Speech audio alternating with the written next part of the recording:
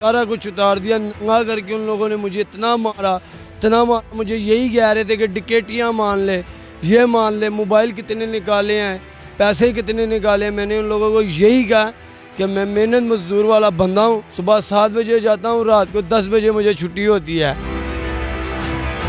मैंने उन लोगों की दाढ़ी पकड़ी, पैर पकड़े, मैं कहा सर जी मैं ऐसा बंदा नहीं। तरले किए, स्टैंड वाले के भी तरले किए कि यार मुझे छुड़ावा दो। उन लोगों ने मेरे से सारे पैसे निकाले, फिर शादरे थाने लेके गए हैं। मैंने उन लोगों को उधर भी तरले किए, मैं कहा सर जी मुझे माफ़ कर दो, छोड़ दो, मैंने शादी पे जाना है, अम्मी परेशान है। मेरे साथ जफ़र मौजूद है जिसका ताल्लुक शादरा से है, लेकिन ये दिखने में केपीके का लगता है, पठान लगता है। इसी गलत फहमी में पंजाब पुलिस भी आ जाती है और पंजाब पुलिस इसको रास्ते में जाते हुए उठाती है कि इसका पंजाब में कोई नहीं होगा, केपीके से आया होगा मजदूरी करने। वो इसको उठाते हैं और उठा के एक पार्किंग स्टैंड में लेके जाते हैं जो कि बंद पड़ा था।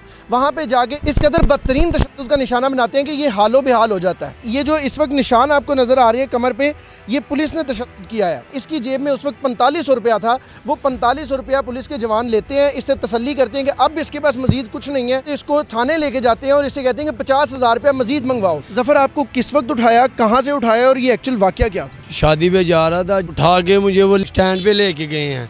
स्टैंड पे अंधेरा था, कैमरे लगे थे, उन लोगों ने कैमरे के आगे बिल्कुल नहीं मारा। उधर गाड़ियाँ खड़ी थी, गाड़ियों के दरमियान लेके गए हैं, अंधेरा था फुल। उधर उन लोगों ने मेरी कमीज़ भी उतार दी, सारा कुछ उतार दिया, नंगा करके उन लोगों ने मुझे इतना मारा, मुझे यही कह रहे थे कि टिकटियाँ मान ले, ये मान ले, मोबाइल कितने निकाले हैं, पैसे कितने निकाले। मैंने उन लोगों को यही कहा कि मैं मेहनत मजदूर वाला बंदा हूँ, सुबह 7 बजे जाता हूँ, रात को 10 बजे मुझे छुट्टी होती है। तो उन लोगों ने शराब भी पी थी, तीनों ने इतना मारा। मैंने उन लोगों की दाढ़ी पकड़ी, पैर पकड़े, मैं कहा सर जी मैं ऐसा बंदा नहीं। तरले किए, स्टैंड वाले के भी तरले किए कि यार मुझे छुड़ावा दो। उन लोगों ने मेरे से सारे पैसे निकाले, फिर शादरे थाने लेके गए हैं। कितने आदमी थे ये जो आपको मार रहे थे? ये 3 आदमी थे, तीनों बावर्दी थे, वर्दी पे थे, मोटरसाइकिल पे थे, होंडे पे, 2 होंडे थे, दोनों के नंबर प्लेट नहीं थे। ये जो बंदे थे ये आपको शादरा थाना लेके गए? जी, शादरे थाने के बाहर मुझे खिला रहे हैं। मैंने उन लोगों को उधर भी तरले किए हैं, मैं कहा सर जी मुझे माफ़ कर दो, छोड़ दो, मैंने शादी पे जाना है, अम्मी परेशान है, मुझे छोड़ दो। उन लोगों ने कहा नहीं जी अंदर जाने लेके जाना है, तेरे ऊपर पर्चा देना है, ये करना है।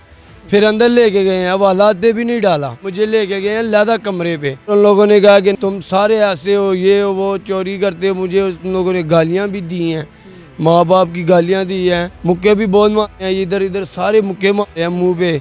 हफ्ते वाले ने सारी रात ना मैं सो सका हूँ ना बैठ सका हूँ। आपके सामने अगर वो बंदे आ जाएं तो पहचान लोगे उनको? जी पहचान लूँगा, नाम नहीं पता, शक्ल मुझे पता है, 2 की शक्ल पता है, एक के ऊपर एक ने मार्क्स डाला है। मैंने उन लोगों का डीएसपी साहब का रीडर है, मैं उसको जानता हूँ, वो मेरा मोहल्लेदार है। फिर उन लोगों ने उसके साथ बात की, उन लोगों ने कहा कि ये बच्चा पकड़ के लेके आया हूँ, तो इसके ऊपर कोई पर्चे हैं। उन लोगों ने कहा कि इस बच्चे की गारंटी मैं खुद देता हूँ, ये बच्चा मेहनत मजदूर वाला बच्चा है। इससे पहले कभी कोई लड़ाई, कोई झगड़ा, कोई पर्चा, कोई मुकदमा है आपके ऊपर? कोई कुछ भी नहीं है। जिधर जौन से थाने पे लेके मुझे जाते हैं, चले जाए, मेरे अंगूठे लगवा लें। अभी कोई है पर्चा आपके ऊपर इस टाइम भी? इस टाइम भी कोई पर्चा नहीं है। मैं यहाँ पे एक चीज़ हाईलाइट करना चाहूँगा कि इसको मारा, यहाँ पे पैसे निकाले, सब कुछ करके छोड़ दिया, पर्चा फिर भी नहीं दिया। अगर ये चोर था, डकैत था, आप चोरी डकैती मनवा रहे थे तो इस पर कोई पर्चा देते, को पता लगता कि आपने किस केस में उठाया। ऐसा कुछ नहीं हुआ। बंदा सामने है, उसके निशान आपने देखे, जिस तरह से बदतरीन तशद्दुद का निशाना बनाया। इस मामले पर लीगल ओपिनियन क्या है, अब लीगली इस केस को किस तरह देखेंगे? मेरे साथ नुमान डोगर साहब मौजूद है। नुमान साहब, ये इस केस को कैसे देख रहे हैं? क्या लीगली इस पर अब एक्शन हो सकता है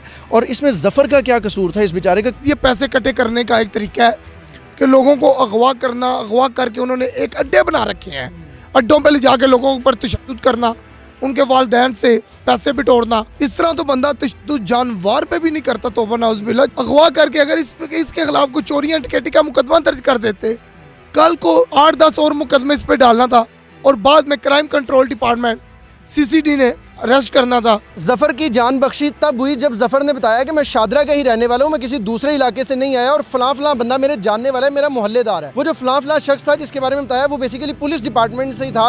उसको कॉल की गई, उससे तसल्ली ली गई और उसने बताया कि जफ़र तो बड़ा नेक और अच्छा आदमी है, ये सारा मोहल्ला इसकी गवाही दे सकता है, ये जूतों का काम करता है और बड़ा शरीफ आदमी है। इस गवाही के बाद फिर पंजाब पुलिस के उन जवानों ने फैसला किया कि हम जफ़र को छोड़ देते हैं और जफ़र फिर थाने से सही सलामत बाहर निकला।